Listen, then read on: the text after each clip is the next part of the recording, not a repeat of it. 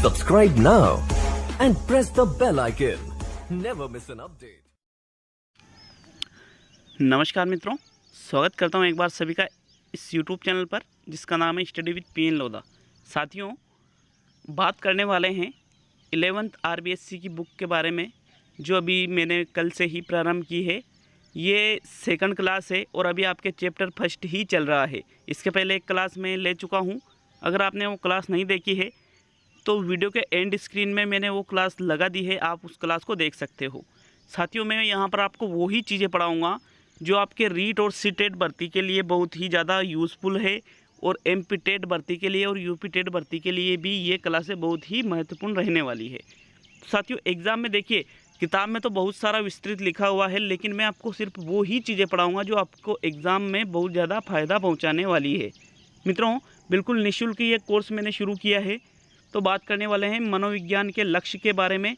अब लिखने में तो मनोविज्ञान के लक्ष्य बहुत सारे हैं, लेकिन मनोविज्ञान के अब आप नोट्स कैसे बनाओगे? टॉपिक डालना मनोविज्ञान के लक्ष्य, गोल्स ऑफ साइकोलॉजी। तो ये टॉपिक डाल करके आपको सिर्फ 3 चीज़ें लिखनी है कि मनोविज्ञान के लक्ष्यों में 3 लक्ष्यों को सम्मिलित किया गया है: मापन एवं वर्णन, पूर्वानुमान एवं नियंत्रण और व्याख्या, जिसको मेजरमेंट एंड डिस्क्रिप्शन भी कहते हैं, प्रेडिक्शन एंड कंट्रोल भी कहते हैं, और एक्सप्लेनेशन कहा जाता है। तो मित्रों, एक सोचने वाली बात यह है कि जो डायरेक्टली एग्जाम में ये प्रश्न आपके आ सकता है कि निम्न में से किसको मनोविज्ञान के लक्ष्यों में सम्मिलित नहीं करते हैं?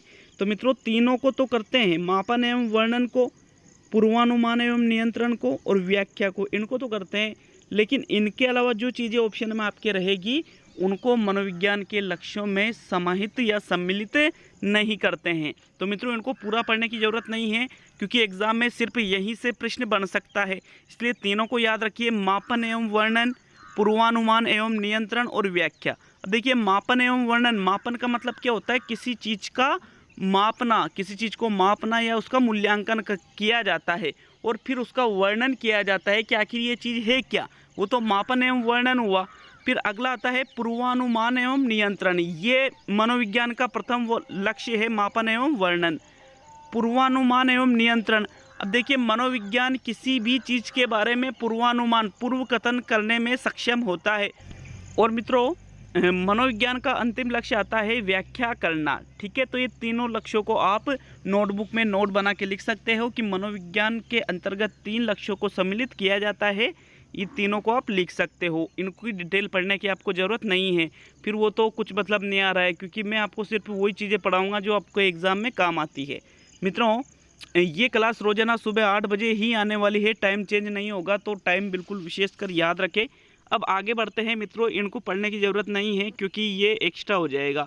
बात करने वाले हैं मनोविज्ञान के इतिहास के बारे में। ठीक है, मनोविज्ञान के इतिहास, तो आप टॉपिक डाल लीजिए मनोविज्ञान का इतिहास। मित्रों, मनोविज्ञान के इतिहास की यदि बात करें तो मनोविज्ञान शब्द की उत्पत्ति 2 ग्रीक शब्दों साइके और लोगस से हुई है। लिख लीजिए, मनोविज्ञान शब्द की उत्पत्ति 2 ग्रीक शब्दों साइके और लोगस से हुई है।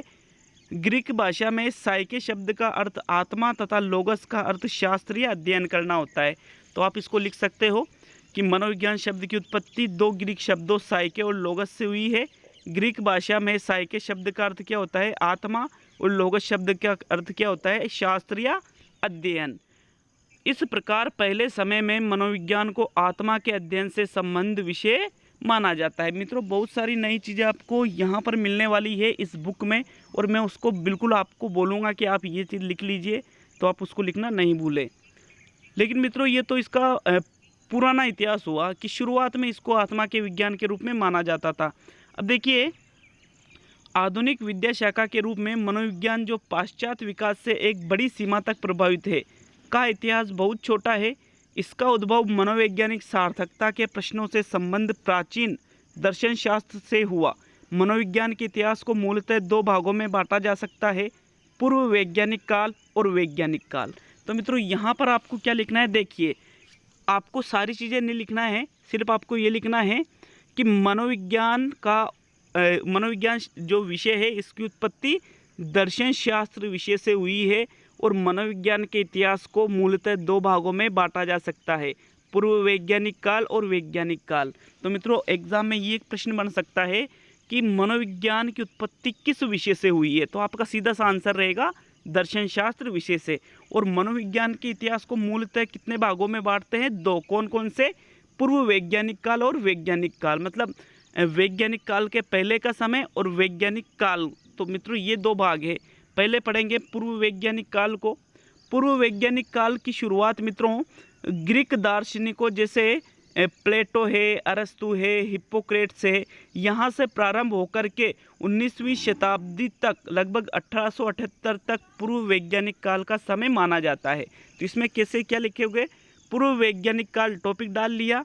अब उसके बाद में इसके समर्थक अब में आपको लिख लेना है, यहाँ पे प्लेटो, अरस्तु, हिप्पोक्रेट्स यहाँ तक, और समय लिखना है आपको पूर्व वैज्ञानिक काल का 1878 तक इसका समय माना गया है। मित्रों इस काल में हिप्पोक्रेट्स ने 400 BC में शरीर गठन प्रकार का सिद्धांत दिया।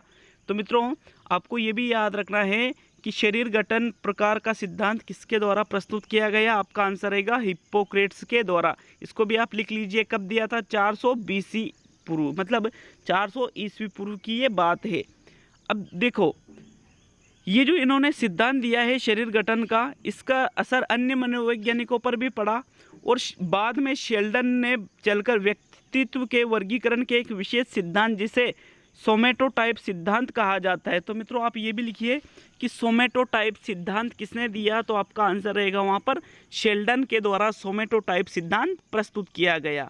अब देखिए इसके बाद में ग्रीक दार्शनिक जैसे अगस्टाइन तथा थॉमस का विचार था कि मन तथा शरीर दोनों दो चीज़ें हैं और इन दोनों में किसी प्रकार का संबंध नहीं होता है। यहाँ पर कुछ मनोवैज्ञानिक ऐसे थे पूर्व वैज्ञानिक काल में, पूर्व मनोवैज्ञानिक काल में, जो ये मानते थे कि मन का और शरीर का ये दोनों ऐसी चीज़ें होती हैं जिनका कोई आपस में संबंध नहीं रहता है। लेकिन जैसे डेकार्त है, लिबनिज है, स्पिनोजा है, इन्होंने बताया कि सचमुच मन और शरीर दोनों एक दूसरे से संबंधित होते हैं। तो मित्रों इनको भी आप लिख सकते हो कि शरीर और मन का संबंध एक दूसरे से नहीं है। यह विचार किसने दिया, तो ऑगस्टाइन, थॉमस, इनका विचार था। और शरीर और मन का एक दूसरे के साथ संबंध होता है, ये विचार किसने दिया, तो डेकार्त, लिबनिज और स्पिनोजा ने। आप इन दोनों लाइनों को लिख लीजिए। आगे बढ़ते हैं। ग्रीक दार्शनिक जैसे डेकार्त का मत था कि प्रत्येक व्यक्ति में जन्म से ही कुछ विचार होते हैं, परंतु अन्य दार्शनिक जैसे लोक का मत था कि व्यक्ति जन्म के समय टेबुला रासा होता है। देखिए अर्थात उसका मस्तिष्क एक कोरे कागज के समान होता है। विशेष बिंदु है जरूर लिखना मित्रों कि किसके अनुसार बालक का मस्तिष्क एक कोरे कागज के समान होता है और बाद में उसमें नए नए अनुभवों से नए नए विचार उत्पन्न होते हैं, जिसको टेबुला रासा भी कहा जाता है। अब अगर ये क्वेश्चन टेबुला रासा ऐसे आ जाए कि टेबुला रासा के बारे में समर्थन किसने किया या फिर ये विचार टेबुला रासा का विचार किसने दिया, तो आपका आंसर रहेगा जॉन लॉक के द्वारा टेबुला रासा का विचार दिया गया। अब देखिए इसके बाद में इस वाद विवाद द्वारा एक नए संप्रत्यय का जन्म हुआ जिसे मूल प्रत्यय की संज्ञा दी गई और ऐसा समझा जाने लगा कि प्रत्येक व्यवहार की व्याख्या इस मूल प्रत्यय के रूप में ही हो सकती है। मित्रों देखिए इसके बाद में रूसो जैसे दार्शनिकों का कहना था कि मनुष्य जन्म से अच्छे स्वभाव का होता है, परंतु समाज के कटु अनुभव उसके स्वभाव को बुरा बना देते हैं। तो आप ये लाइन लिख लीजिए कि मनुष्य जन्म से अच्छे स्वभाव का होता है, परंतु समाज के कटु अनुभव उसके स्वभाव को बुरा बना देते हैं। उपरोक्त विचार किसके हैं, तो आपका आंसर रहेगा रूसो के। वहीं दूसरी तरफ स्पेंसर जैसे दार्शनिकों का मत था कि मनुष्य में जन्म से ही स्वार्थता, आक्रमणशीलता आदि जैसे गुण मौजूद होते हैं जो समाज द्वारा नियंत्रित कर दिए जाते हैं, फलतः व्यक्ति का स्वभाव असामाजिक से सामाजिक हो जाता है। तो मित्रों ये विचार किसके द्वारा दिया गया, स्पेंसर, हर्बर्ट स्पेंसर के द्वारा ये विचार दिया गया। अब देखिए 19वीं शताब्दी के प्रारंभ में दो प्रमुख क्षेत्रों में जो अध्ययन किया गया उसका आधुनिक मनोविज्ञान पर सबसे गहरा असर पड़ा। पहला क्षेत्र दर्शन शास्त्र का था। 19वीं शताब्दी के प्रारंभ की बात है ये, जिसमें ब्रिटिश दार्शनिकों जैसे जेम्स मिल, जॉन स्टुअर्ट मिल का योगदान था, जिसमें लोग चेतना तथा उसमें उत्पन्न विचारों का अध्ययन करते थे तथा दूसरा क्षेत्र भौतिक तथा जैविक विज्ञान का था, जिसमें ज्ञानेंद्रियों के कार्य के अध्ययन पर अधिक बल डाला गया। इस क्षेत्र में वेबर, फेकनर एवं फेकनर आदि का योगदान अधिक महत्वपूर्ण था। तो मित्रों, इसमें मुझे ऐसी कोई बात नहीं लगी जो आप लिखो। तो अब बात करने वाले पूर्व वैज्ञानिक काल में आपको 2-4 लाइनें लिखनी थी जो मैंने आपको बता दी है। अब बात करने वाले हैं वैज्ञानिक काल के बारे में। तो मित्रों, मनोविज्ञान का वैज्ञानिक काल कब से शुरू हुआ? 1879 से शुरू हुआ। 1879 में विलियम वुंट ने जर्मनी के लिप्जिंग नामक विश्वविद्यालय में मनोविज्ञान की प्रथम प्रयोगशाला की स्थापना की थी। यहीं से मनोविज्ञान का वैज्ञानिक काल आरंभ माना गया। मित्रों, आपको सिर्फ इसमें यही लिखना है। देखिए क्या लिखोगे कि मनोवैज्ञानिक काल की शुरुआत 1879 से जर्मनी के लिप्जिंग नामक विश्वविद्यालय में विलियम वुंट ने एक प्रयोगशाला स्थापित करके की। तो मित्रों, आप इसको इस तरह से लिख सकते हो। इसलिए विलियम वुंट को ही क्या कहा जाता है? प्रयोगात्मक मनोविज्ञान का जनक कहा जाता है। साथियों, इसके बाद में मनोविज्ञान के 5 स्कूल खोले गए। 5 स्कूल ही इसके मुख्य स्कूलों में आते हैं और यही आपके एग्ज़ाम में आने की पूरी संभावना है। तो बिल्कुल इनको अच्छी तरह से पढ़ेंगे। आज की ही क्लास में आपका ये चैप्टर पूरा हो जाएगा। तो सबसे पहले पढ़ेंगे संरचनावाद। सबसे पहले स्कूल का नाम क्या है? संरचनावाद। मनोविज्ञान के क्षेत्र में 5 प्रमुख स्कूल हैं, उनको अच्छी तरह से पढ़ने वाले हैं। तो मित्रों, सबसे पहले संरचनावाद लिख लीजिए। प्रथम स्कूल का नाम है, इसको संप्रदाय भी कहा जाता है कि मनोविज्ञान के जो संप्रदाय है उसमें पहला संप्रदाय आता है संरचनावाद आता है। अब संरचनावाद में सबसे पहले याद रखना है कि संरचनावाद में अंतर्निरीक्षणवाद भी इसको कहा जाता है। अंतर्निरीक्षण मतलब खुद के अंदर झांकना, खुद का ही निरीक्षण इसमें किया जाता है तथा जिसे अस्तित्ववाद के नाम से भी जाना जाता है। तो मित्रों, संरचनावाद लिख लो या फिर अंतर्निरीक्षणवाद लिख लो या अस्तित्ववाद लिख लो। मित्रों, संरचनावाद स्कूल को विलियम वुंट के शिष्य टिचनर द्वारा अमेरिका के कार्नेल विश्वविद्यालय में 1892 में प्रारंभ किया गया। तो सन भी लिख लीजिए। 1892 में इसको शुरू किया गया। तो सन लिखिए 1892। किसने शुरू किया मित्रों? विलियम वुंट के शिष्य ईबी टिचनर के द्वारा शुरू किया गया। तो जनक लिख लीजिए ईबी टिचनर को। संरचनावाद के अनुसार मनोविज्ञान की विषय वस्तु चेतन अनुभूति थी। चेतन अनुभूति मतलब व्यक्ति जिस चीज़ को महसूस करता है चेतन मन के द्वारा, वही मनोविज्ञान की विषय वस्तु होती है, ऐसा इनका मानना था। चेतना से उनका तात्पर्य उन सभी अनुभवों से था जो व्यक्ति में एक दिए हुए क्षण में उपस्थित होता है, जबकि मन से तात्पर्य उन सभी अनुभवों से होता है जो व्यक्ति में जन्म से ही मौजूद होते हैं। टिचनर के अनुसार चेतना के 3 तत्व हैं। कौन कौन से? संवेदना, भाव और अनुराग तथा प्रतिमा या प्रतिबिंब। टिचनर ने अंतर्निरीक्षण को मनोविज्ञान की प्रमुख विधि माना है। तो मित्रों, ये तो है संरचनावाद जिसके जनक है ईबी टिचनर। 1892 लिख लीजिए। इसमें इसके जनक भी लिखा दिया आपको। इसको अंतर्निरीक्षणवाद या अस्तित्ववाद के नाम से भी जाना जाता है। बस इतना ही आपके एग्जाम में पूछा जा सकता है। और इसमें आपको ये याद रखना है कि इन्होंने चेतन मन पर अधिक बल दिया है। चेतन मन पर कौन से संप्रदाय ने बल दिया है? संरचनावाद ने बल दिया है। पूरा पैराग्राफ नहीं लिखना है आपको। दूसरा आता है मित्रों प्रकार्यवाद या कार्यवाद।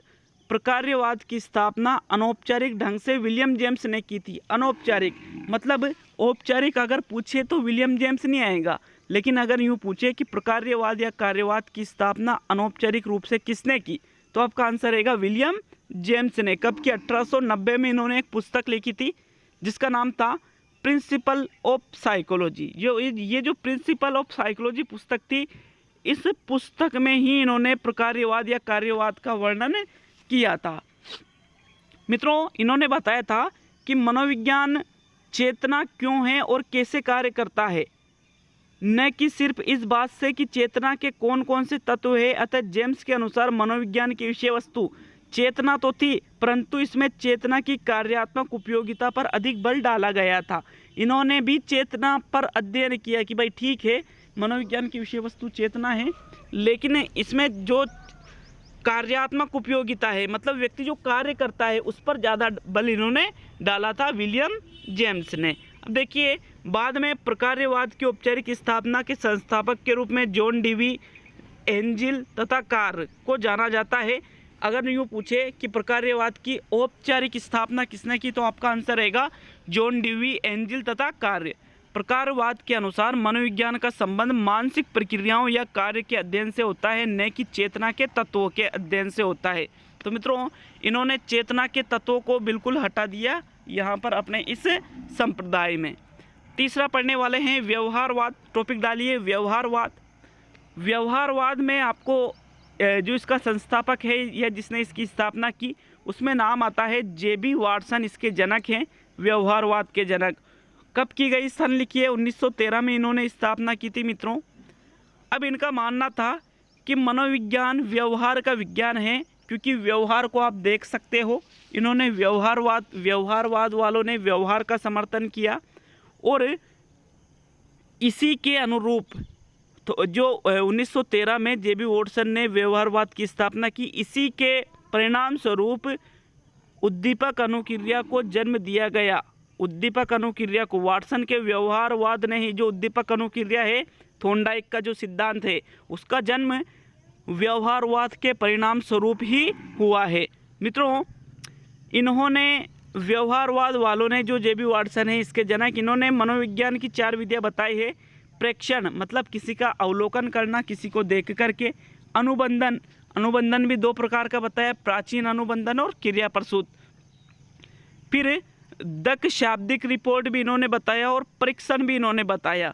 तो मित्रों, दक शाब्दिक रिपोर्ट मतलब जो वर्बल टेस्ट लिए जाते हैं उनसे होता है। तो मित्रों, ये है व्यवहारवाद। इसमें ज़्यादा कुछ लिखना नहीं है। व्यवहारवाद में क्या लिखिए, जनक लिखना है जेबी वाटसन को। सन 1913 में व्यवहार पर ज़्यादा बल दिया और अध्ययन की 4 विधियाँ बताई, प्रेक्षण, अनुबंधन, परीक्षण और दक शाब्दिक रिपोर्ट। बस इतना आपको लिख लेना है। नेक्स्ट पढ़ेंगे गेस्टाल्टवाद। तो मित्रों, गेस्टाल्टवाद में 3 प्रमुख मनोवैज्ञानिकों का नाम आता है, मैक्स वर्दीमर, कोपका और कोहलर। इन तीनों का नाम आता है, लेकिन गेस्टाल्टवाद की स्थापना मैक्स वर्दीमर या वर्दाइमर के द्वारा की गई सन 1912 में। तो सन लिखिए 1912। संस्थापक है मैक्स वर्दीमर। कोहलर और कोपका इस स्कूल के सह संस्थापक थे, मतलब इनके साथी थे ये। मित्रों, याद रखिए गेस्टाल्ट एक जर्मन भाषा का शब्द है और इसका अर्थ होता है हिंदी में आकृति, आकार या समाकृति। मित्रों, गेस्टाल्ट स्कूल का मानना था कि मनोविज्ञान मानसिक क्रियाओं के संगठन का विज्ञान है, कि विभिन्न मानसिक क्रियाएं आपस में मिल जाती हैं और वो संगठित होकर किसी समस्या का हल निकाल लेती है। यही गेस्टाल्ट मनोविज्ञान है। और 5 और अंतिम स्कूल के बारे में पढ़ेंगे, मनोविश्लेषणवाद। मनोविश्लेषणवाद में एक नाम आता है जिसका है सिगमंड फ्रायड। तो इसमें जनक लिखिए सिगमंड फ्रायड मनोविश्लेषणवाद में। मित्रों, मनोविश्लेषणवाद में मन का विश्लेषण, सीधी बात है यहाँ पर, मन का विश्लेषण इन्होंने किया और अचेतन का सिद्धांत काफ़ी महत्वपूर्ण माना गया है। इन्होंने अचेतन मन के ऊपर काफ़ी बल दिया है, क्योंकि मनुष्य का जो मन होता है उसमें 1/10 तो यहाँ पर चेतन मन होता है और 9/10 यहाँ पर अचेतन मन होता है। तो मित्रों, अचेतन मन पर इन्होंने बहुत अधिक बल दिया, मनोविश्लेषणवादी जो सिगमंड फ्रायड थे इन्होंने। तथा अचेतन मन के अध्ययन करने की अनेक विधियां बताई, जिसमें मुक्त साहचर्य विधि, सम्मोहन विधि और स्वप्न की व्याख्या सम्मिलित है। तो मित्रों, मनोविश्लेषणवाद में लिखिए जनक लिखिए, इसमें आप सिगमंड फ्रायड अचेतन मन पर बल दिया और इसमें अचेतन मन पर अध्ययन करने की विधियां बताई, मुक्त साहचर्य विधि, सम्मोहन विधि और स्वप्न की व्याख्या। तो मित्रों, इतना ही आपको इसमें लिखना है। अब आप बात करेंगे भारत में मनोविज्ञान का इतिहास। तो मित्रों, भारत में मनोविज्ञान के इतिहास की यदि मैं बात करूं तो भारत में मनोविज्ञान का जो इतिहास है ये 1915 से मनोविज्ञान का इतिहास शुरू हुआ है, 1915 से। मित्रों देखिए, वैसे तो 1905 में ही भारत में मनोविज्ञान का आगमन हो गया था, जो इस बुक में नहीं लिखा हुआ है, लेकिन मैं आपको बता देना चाहूँगा कि 1905 से ही भारत में मनोविज्ञान का आगमन हो गया था। और वहाँ पर 1905 की मैं बात कर रहा हूँ, 1905 में कलकत्ता विश्वविद्यालय में मनोविज्ञान का आगमन हुआ और वहाँ पर जो अध्यक्ष बनाया गया भारतीय मनोविज्ञान का, जिनको जनक भी कहा जाता है, डॉक्टर आशुतोष मुखर्जी जिनका नाम है, उनको प्रवक्ता के पद पर बिठाया गया 1905 में, और उनको भारतीय मनोविज्ञान का जनक और प्रथम भारतीय मनोचिकित्सक कहा गया। लेकिन 1916 में प्रथम मनोवैज्ञानिक विभाग या प्रथम मनोवैज्ञानिक प्रयोगशाला की स्थापना कोलकाता विश्वविद्यालय में ही डॉक्टर स्वामीनाथन सेन या एन सेन गुप्ता, इन्होंने उमा चौधरी के साथ मिलकर के 1916 में मनोविज्ञान की प्रथम प्रयोगशाला की स्थापना की थी। मित्रों, ये विलियम वुंट की प्रायोगिक परंपरा में अमेरिका में प्रशिक्षण प्राप्त करके आए थे, और इन्होंने 1916 में ही कोलकाता जो विश्वविद्यालय है वहाँ पर मनोविज्ञान की प्रथम प्रयोगशाला की स्थापना की। तो मित्रों, ये इतना ही इतिहास है। आपको ये भी याद रखना है साथ में कि 1922 में प्रोफेसर गिरीन्द्र शेखर बोस मनोविज्ञान विभाग के अध्यक्ष बने। ये भी लिख लीजिए आप। प्रोफेसर बोस ने इंडियन साइको एनालिटिक सोसाइटी की स्थापना 1922 में की थी। तो ये भी बहुत इंपॉर्टेंट पॉइंट है जो आपको कोचिंगों पर नहीं लिखाए जाते हैं, लेकिन एग्ज़ाम में क्वेश्चन यहाँ से आते हैं मित्रों। तो इंडियन साइको एनालिटिक सोसाइटी की स्थापना किसने की? प्रोफेसर बोस ने। कब की? 1922 में। मित्रों, 1938 में कलकत्ता विश्वविद्यालय में मनोविज्ञान विभाग में एक अनुप्रयुक्त मनोविज्ञान की एक शाखा भी खोली गई। इसको भी आपको लिखना है। और फिर उसके बाद में आपको एक चीज़ और लिखनी है कि 1960 के दशक के दौरान भारत में कई विश्वविद्यालय में मनोविज्ञान का विश्वविद्यालय विभाग की स्थापना की गई। विश्वविद्यालय के प्रांगण से हटकर मनोविज्ञान विभिन्न तरह के संस्थानों जैसे प्रबंधन संस्थान, शिक्षा संस्थान, रक्षा सेवा आदि में भी काफ़ी लोकप्रिय हुआ। मित्रों, 1986 में दुर्गानंद सिन्हा ने अपनी पुस्तक psychology in A third world country the Indian experience में भारत में सामाजिक विज्ञान में 4 चरणों में आधुनिक मनोविज्ञान के इतिहास को खोजा। अतः भारत में मनोविज्ञान का अनुप्रयोग अनेक व्यावसायिक क्षेत्रों में किया जा रहा है। तो मित्रों, यही था चैप्टर फर्स्ट जो आपको अच्छी तरह से मैंने पढ़ा दिया है। अब इसके कुछ वस्तुनिष्ठ प्रश्न भी लिखे हुए हैं, तो देखते हैं आपको कितने वस्तुनिष्ठ प्रश्न याद रहे हैं। अगर आपने दोनों क्लासें अटेंड की है तो शायद लगभग आपका एक भी क्वेश्चन गलत नहीं होगा। लेकिन अगर आपने क्लास फर्स्ट नहीं ली है तो क्लास फर्स्ट को ज़रूर लें मित्रों। एंड स्क्रीन में वो वीडियो आपको मिल जाएगा। तो चलिए, चैप्टर फर्स्ट आपका कंप्लीट हो चुका है। मनोविज्ञान का अन्य विषय से संबंध ये आपके सिलेबस में नहीं है, तो इसको आप नहीं पढ़ोगे। तो मित्रों, शुरू करते हैं। यहाँ पर पहला प्रश्न है, मनोविज्ञान शब्द की उत्पत्ति शब्दों से हुई है। किस भाषा के शब्दों से? ग्रीक, लैटिन, हिंदी और अंग्रेजी। तो मित्रों, मनोविज्ञान शब्द की उत्पत्ति ग्रीक शब्दों से हुई है। किससे हुई है? ग्रीक शब्दों से। आपका प्रथम विकल्प सही है। दूसरा प्रश्न है, विलियम वुंट ने प्रथम मनोवैज्ञानिक प्रयोगशाला की स्थापना कहाँ और कब की?